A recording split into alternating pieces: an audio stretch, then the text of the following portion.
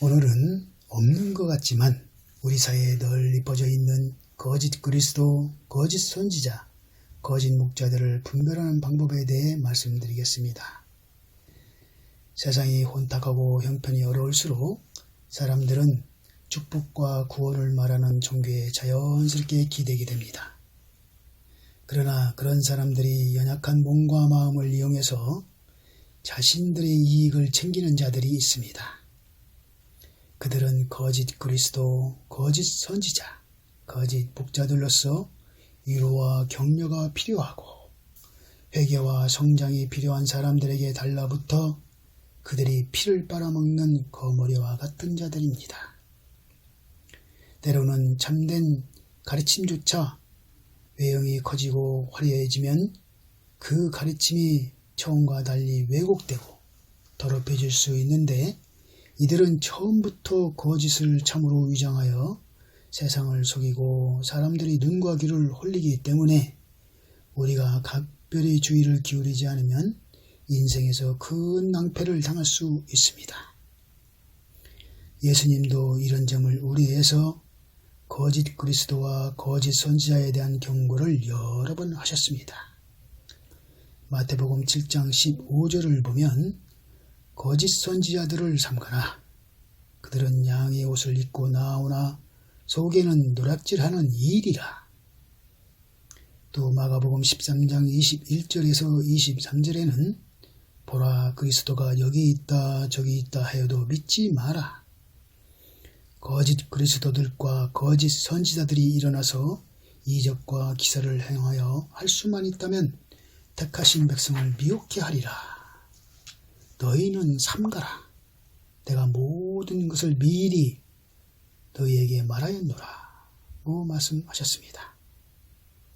이렇게 예수님의 말씀처럼 거짓된 자들은 우리 가까이에 있지만 이들을 바르게 분별하기는 그리 쉽지 않습니다. 실제로 지금 이 순간에도 이들에게 속고 있으면서도 자신이 속는지조차 모르는 사람들도 매우 많습니다. 그래서 지금부터 거짓 그리스도, 거짓 선지자, 거짓 목자들을 분별하기 위하여 이들의 일반적인 특징에 대해서 알아보도록 하겠습니다. 가장 먼저 거짓된 자들은 신비주의나 이적을 무기로 사람들을 미혹합니다. 예나 지금이나 신비한 기적이나 직통 계시를 추구하고 은사에 매달리는 사람들이 많습니다. 교회에서조차 이적을 그리스도의 증거로 믿고 있기에 이런 신비주의적 현상에 사람들이 관심이 가는 것은 당연합니다. 그러나 이적을 행하더라도 얼마든지 가짜일 수 있습니다. 그들은 하나님의 말씀을 전하기보다 은사를 믿기로 사람들을 끌어모아 자신의 이익만 추구합니다. 또한 하나님을 섬기는 척 하면서 자신의 섬김을 받고자 합니다. 그래서 많은 사람들이 모이거나 사회적으로 잘 나가는 사람들이 찾아오면 그것으로 자기 과시를 합니다. 이것은 영적 지도자의 모습이 아니라 전형적인 사기꾼의 형태로 우리가 성경 말씀을 무시하고 너무 이적만 중요시하면 이런 가짜들이 세상에 많이 나오게 되는 것입니다. 분명한 것은 하나님의 구원 계획에서 이적은 하나의 방편이라는 것입니다. 누군가 이적을 행한다면 그것을 어떻게 쓰느냐를 봐야 하지, 단지 이적만 보고 무조건 따라가서는 안 된다는 것입니다. 하나님께서는 이적이 아니라 진리로 우리를 구원하십니다. 우리는 이것을 명심하고 이적을 행하는 자가 있더라도 그가 세상 사람들에게 생명의 진리를 전하고 있는지 먼저 주의 깊게 살펴보아야 합니다. 두 번째로, 거짓된 자들은 현란한 말로 사람들을 현혹합니다. 사기꾼치고 말 못하는 사람이 없듯이 거짓 그리스도, 거짓 선지자, 거짓 목자들의 공통적인 특징은 말을 아주 잘하고 또 많이 한다는 것입니다. 그러나 말솜씨가 있다고 해서 그가 진리를 말하는 것은 아닙니다. 진리의 말은 말 한마디로도 상대를 위하는 진심이 들어있기 때문에 상대의 가슴을 울리는 것입니다. 참 선지자는 상대의 영적 성장을 위해서 말을 하기 때문에 자기 앞에 온 사람들에게 꼭 필요한 말만 하지 쓸데없는 말을 길게 늘어놓지 않습니다. 그러나 거짓된 자는 자신의 이익만 생각하기 때문에 지금 눈앞에 있는 사람에게 필요한 말을 해주는 것이 아니라 상대의 환심을 사려고 당장 듣기 좋은 달콤한 말이나 미래를 약속하는 허황된 말을 남발합니다. 그리고 자신을 대단한 사람인 양 높이고 때로는 상대를 많이 봐주고 있는 것처럼 말을 합니다. 그러다가 상대가 자신을 믿기 시작하면 이제 겁박을 하거나 자신의 뜻대로 상대를 쇠뇌합니다. 그러므로 우리는 그가 회개를 촉구하고 바른 길로 가라고 권면하고 있는지 아니면 단지 한시도 입을 가만두지 못하고 현란한 말로 사람들을 현혹하고 있는지 주의 깊게 들어보고 판단해야 합니다. 세 번째, 거짓된 자들은 남에게 보이기 위해 과장되게 꾸며서 행동합니다. 이것은 바로 성경에서 나오는 외식하는 자들을 일컫는 말입니다. 예수님은 특히 외식하는 자들을 질책을 많이 하셨습니다. 이것은 그들이 겉으로는 깨끗한 척하나 속으로는 탐욕과 악독이 가득하기 때문입니다. 즉 겉과 속이 완전 다르다는 것입니다. 그러므로 겉만 보고 사람을 함부로 속단해서는 안 됩니다. 그런데 이런 거짓된 행동들은 시간이 조금 지나면 자연스럽게 분별되는 경우도 있습니다.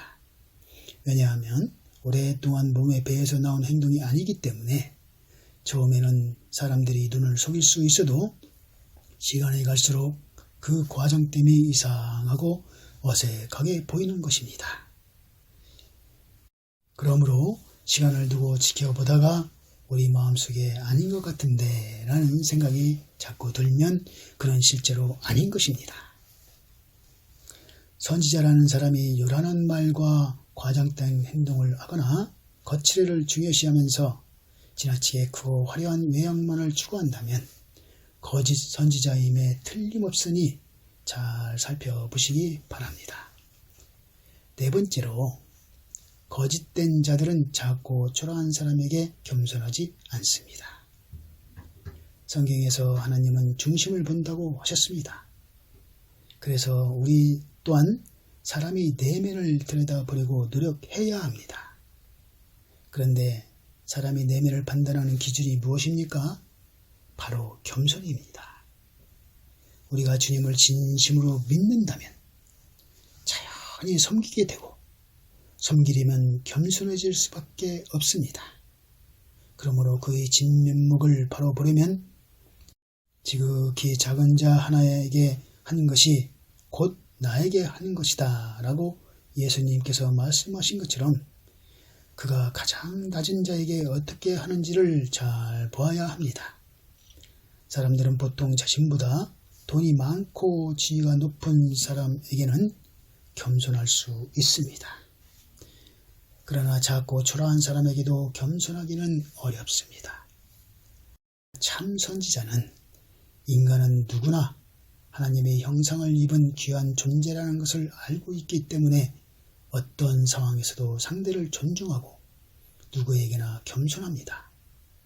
그러나 거짓된 자는 언제나 자기 중심적 사고를 하고 있기 때문에 입으로는 겸손을 말하면서도 이기적이고 교만한 행동을 합니다. 그리고 찾아오는 사람들을 차별하거나 자신의 필요에 의해서 다르게 대우합니다. 그래서 겸손은 참과 거짓을 분별하는 가장 중요한 척도인 것입니다. 다섯 번째로 거짓된 자들은 금전에 집착하고 부패에 익숙합니다. 흔히 거짓 선지자의 옆에는 소수의 조력자들이 있어 사람들 앞에서 그를 대단한 사람으로 포장하여 소개합니다. 그리고 거짓을 분별하지 못하는 주장자들을 모아 수직적인 집단을 형성합니다.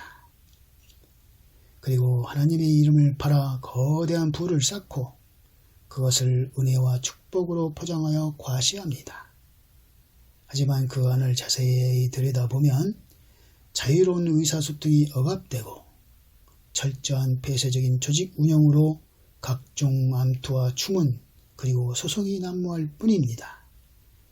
결국 거짓 선지자와 소수의 조력자들은 거짓으로 다수의 추종자들을 속인 다음에 그들을 속박하고 착취하면서 권력과 부를 추구하는 것입니다. 그러므로 선지자라고 하여 찾아간 곳이 돈으로 복을 사고 구원을 받는다거나 소수의 무리가 조직을 폐쇄적으로 운영하고 있거나 하나님이 인간에게 주신 특권인 자유의지를 함부로 억압하고 있다면 거짓 선지자라는 증거입니다. 여섯 번째로 거짓된 자들은 그들이 맺은 열매를 보면 알 수 있습니다.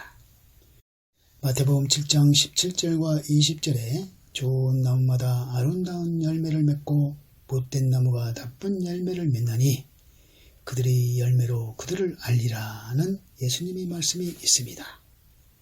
이 말씀처럼 못된 나무는 아무리 그 열매가 우리 눈에 그럴듯하게 좋아 보여도 사실은 우리 영혼을 사망에 이르게 하는 독을 품고 있습니다. 그래서 그 독을 먹고 알곡이 아닌 쭉정이가 되면 결국 사정없이 도끼에 찍혀서 불에 던져지는 것입니다. 그러면 아름다운 열매는 과연 무엇이겠습니까? 많은 사람들은 세상의 부귀와 영화를 누리는 것이라고 생각합니다. 그러나 세상의 잣대로 부와 명예를 얻고 자손이 잘 되는 것이 진정으로 아름다운 열매를 맺는 것이라면 예수님은 아무 열매도 맺지 못했다고 해야 합니다.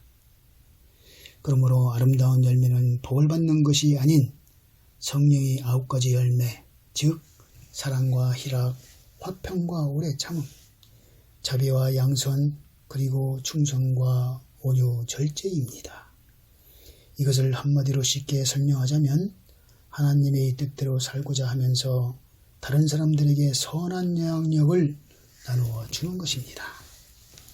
죽으려고 한 사람이 다시 살고자 하고 미움으로 가득한 사람이 사랑을 하게 되고 하나님을 믿지 않던 사람이 회개하여 복음을 전파하게 되는 것이 아름다운 열매의 모습입니다. 이렇게 나의 수고로움으로 어느 한 사람의 영혼이 성장하여 하나님의 성품을 닮아가게 되었다면 그것보다 더 아름다운 열매는 없을 것입니다. 그러므로 여러분이 그가 참인지 거짓인지 분별하려면 다른 사람들에게 좋은 열매를 맺도록 항상 애써 권면하고 이끄는 사람인지를 잘 살펴보셔야 합니다.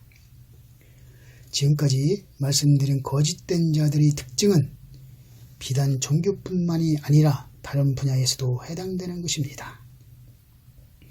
이 세상의 모든 것에는 진짜와 가짜가 있습니다. 진짜는 다른 사람을 진심으로 위하는 사람이고 가짜는 자신의 이익을 위해서 다른 사람을 이용하는 자입니다. 우리가 이것을 알고 주의 깊게 살펴본다면 그가 진짜인지 가짜인지 아주 쉽게 가려낼 수 있습니다. 그러나 여기에는 한 가지 중요한 전제 조건이 있습니다. 그것은 바로 사사로운 욕심을 가지면 안 된다는 것입니다. 이런 욕심에는 도움을 받고자 하는 간절함도 포함됩니다. 욕심은 눈을 가리고 귀를 막기 때문에 가짜들을 바르게 분별할 수 없게 만듭니다. 예수님은 섬김을 받기 위해서가 아니라 섬기기 위해서 오셨다고 했습니다. 그리고 거짓된 자들을 경계할 것을 미리 말해 주었다고 하셨습니다. 우리가 다행히 참된 선지자를 만난다면 그의 도움으로 영혼의 성장까지 이루는 길을 안내받을 수 있지만 불행히도 거짓 선지자를 만난다면 영적 성장은 고사하고 그에게 이용만 당할 것입니다. 그래서 더욱 바른 분별력이 필요한 것입니다. 우리가 진짜와 가짜를 바르게 분별하지 못하면 하나님이 허락한 아까운 시간을 끌려다니면서 육체적 고통과 정신적 황폐가 인생을 지배하게 될 것입니다.